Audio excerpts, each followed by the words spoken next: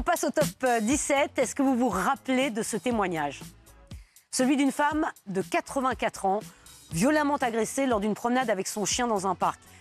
Son pronostic vital était engagé. Elle était entre la vie et la mort et sa fille Sandra était venue sur le plateau pour témoigner. Regardez, c'était le 1er février dernier. Claude, de 84 ans. Elle se rend comme tous les matins dans son petit jardin, se balader avec son chien.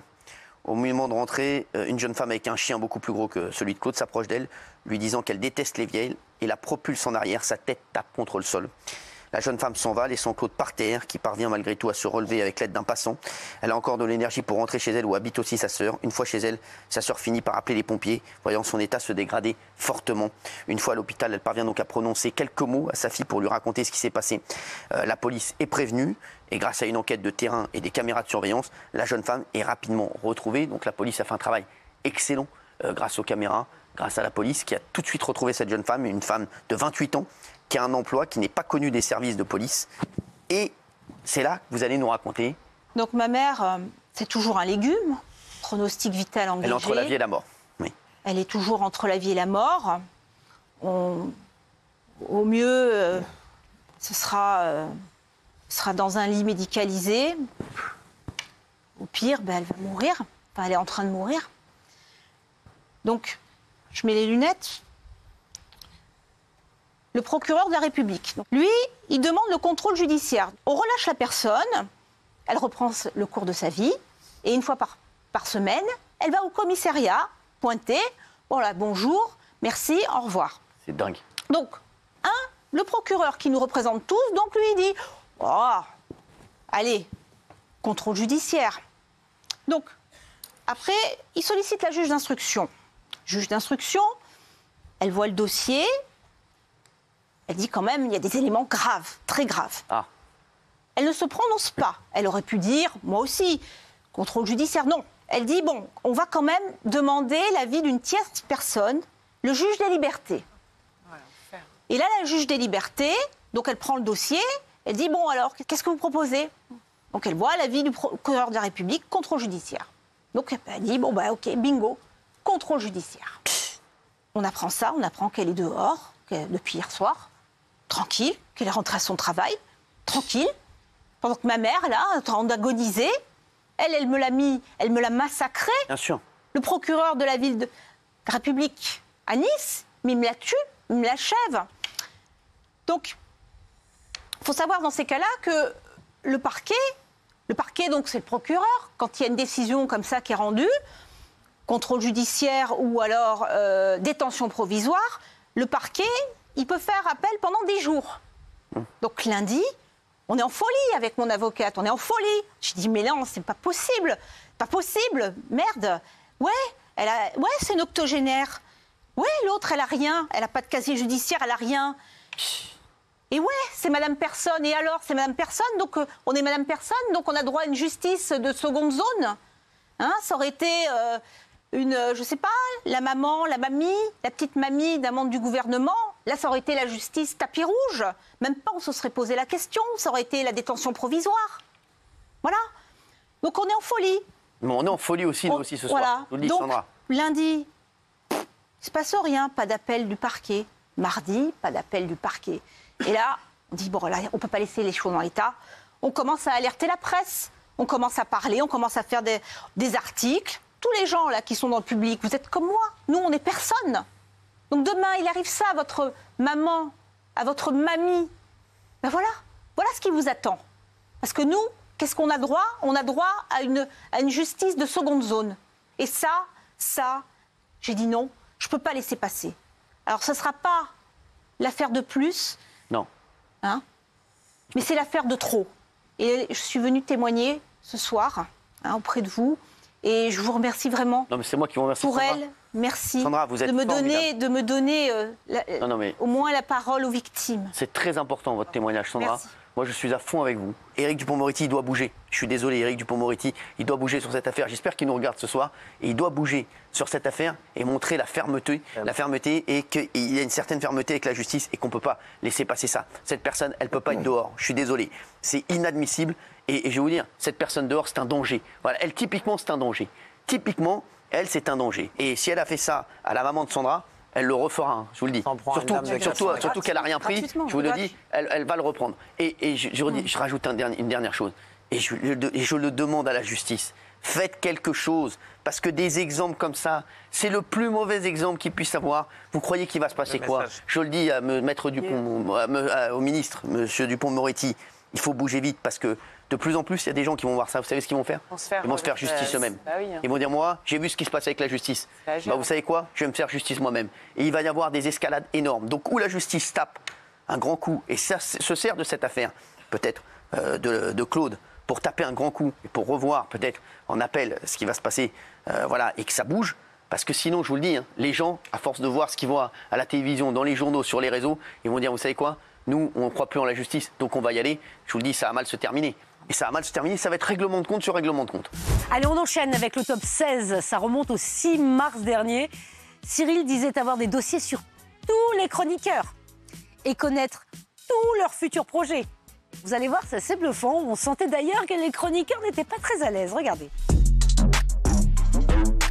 Sachez-le, j'ai des indices partout. Département, Mais ce qui est bon à savoir, c'est que c'est aussi hors Paris intramuros. Et je le dis également aux autres chaînes. Je le dis également aux autres chaînes. Je ne rigole pas.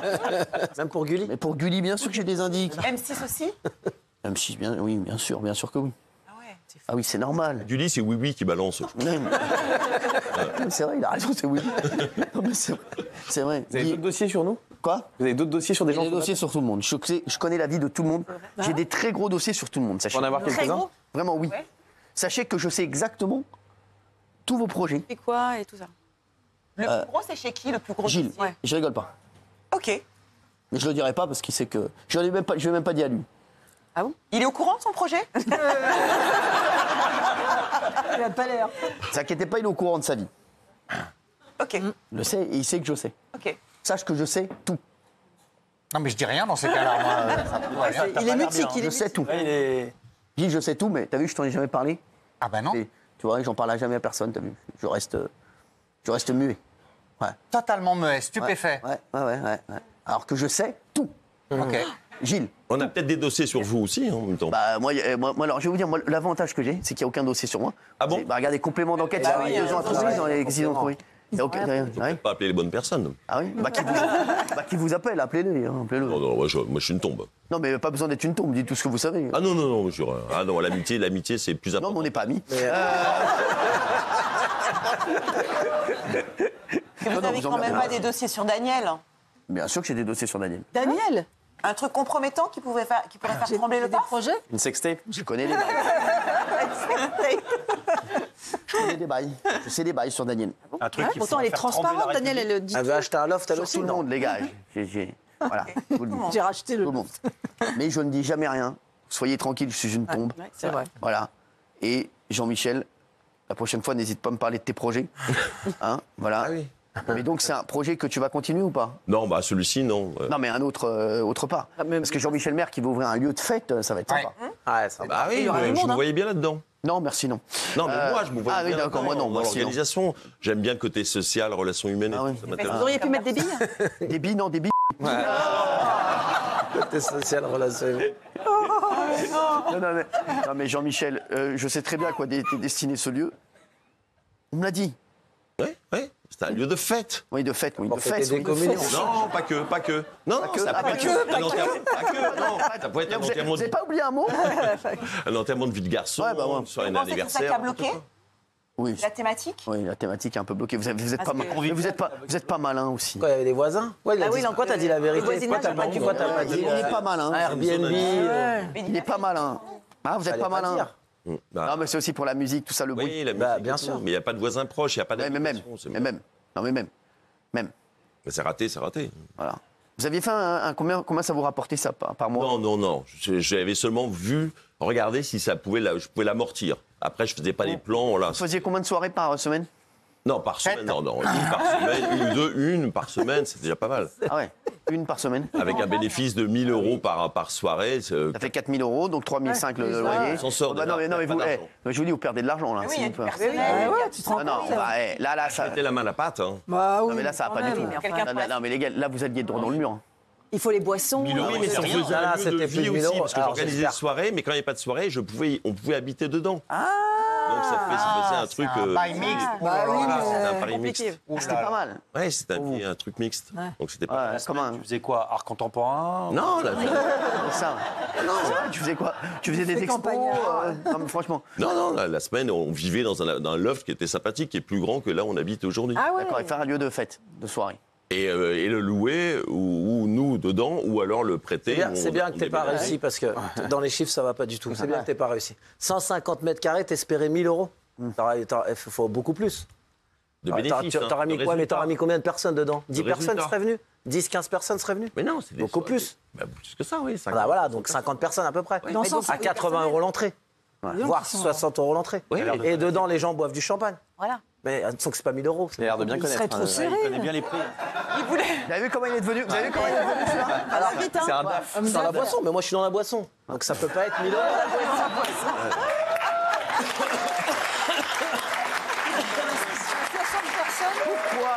Pourquoi tu parles pas à tes amis? T'as des amis ici, pourquoi tu n'en parles Parce que vous pas? avez d'autres soucis. T'as dit un d'autres- businessman depuis longtemps, là. Bah, il a d'autres chats à fouetter. Non, non, On va livrer les boissons. j'ai pas de chat à fouetter. J'ai pas de chat à fouetter. Ah, la prochaine fois, je le ferai.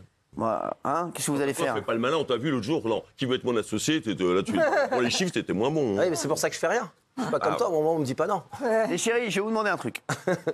Dites-moi exactement si vous avez quelque chose à me dire maintenant. Oula. Je vais vous laisser le temps de la pause. Sachez que je sais tout.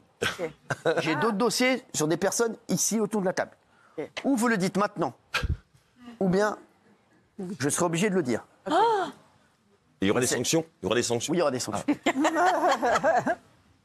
Je vous laisse réfléchir. Mais d'ordre professionnel, hein. Bien sûr, Ok. bien sûr. Non, non, non, je rentre pas dans le chargé privé. là. Oui. D'accord. Mais j'ai également, j'ai pas de dossier privé sur vous, j'ai que du professionnel. Ok. Ouais, j'ai que des dossiers, à part Gilles. Sinon, j'ai des dossiers de tout le monde. Je vous le dis, et c'est valable aussi pour vous, Polska. Ah ouais? Oh. Elle est inquiète. Non, non, mais je vous le dis. Je sens. Donc réfléchissez bien. Ouais. Sous votre aubergine, là. Allez, notre top 15 à présent, le 12 avril. La mère de Jonathan Daval, Martine Henry, était sur le plateau.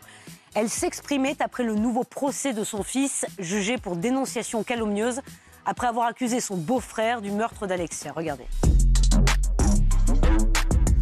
Martine Henry, merci d'être là. Vous êtes la mère de Jonathan Daval. Je rappelle hein, le livre Moi, maman de Jonathan, avec la collaboration de Plana Radenovic. Cette affaire de dénonciation calomnieuse, vous dites que c'est de votre faute. Pourquoi? Parce que je voulais pas admettre que c'était lui le meurtrier.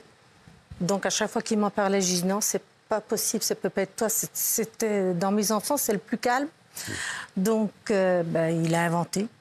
Il a inventé ça qu'il n'aurait pas dû, c'est un mensonge.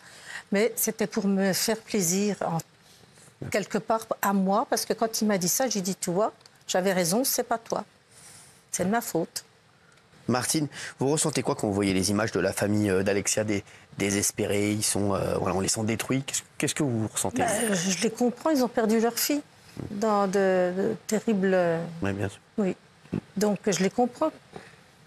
Perdre un enfant, je pense que c'est le pire de tout. Vous vous mettez à leur place aussi, parfois, c'est ça, vous vous mettez à leur place? Oui. Vous souffrez, vous, Martine? Bah oui. Oui. Tous les jours depuis que vous savez que c'est votre fils? Bah, ça s'oublie pas, ça. C'est là, c'est non. Oui, on souffre. Ouais.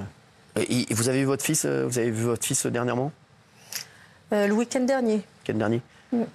Qu'est-ce qu'il vous dit, lui? Eh ben, qu'il voulait assumer, qu'il serait présent au procès du 10 avril, qu'il allait leur parler et qu'il ne baisserait pas les yeux. Et il a tenu parole.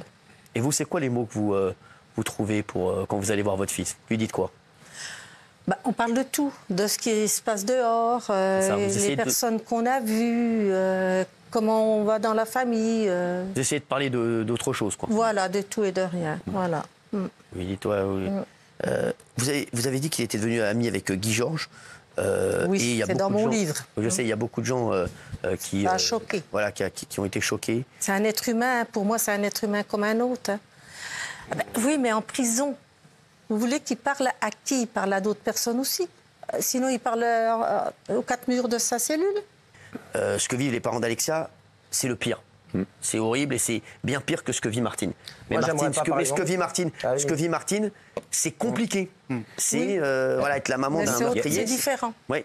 Puis je voulais dire, moi, quand je suis arrivée là-bas dans la prison, Guy Georges, je le connaissais même pas. Je ne savais même pas qui c'était, moi.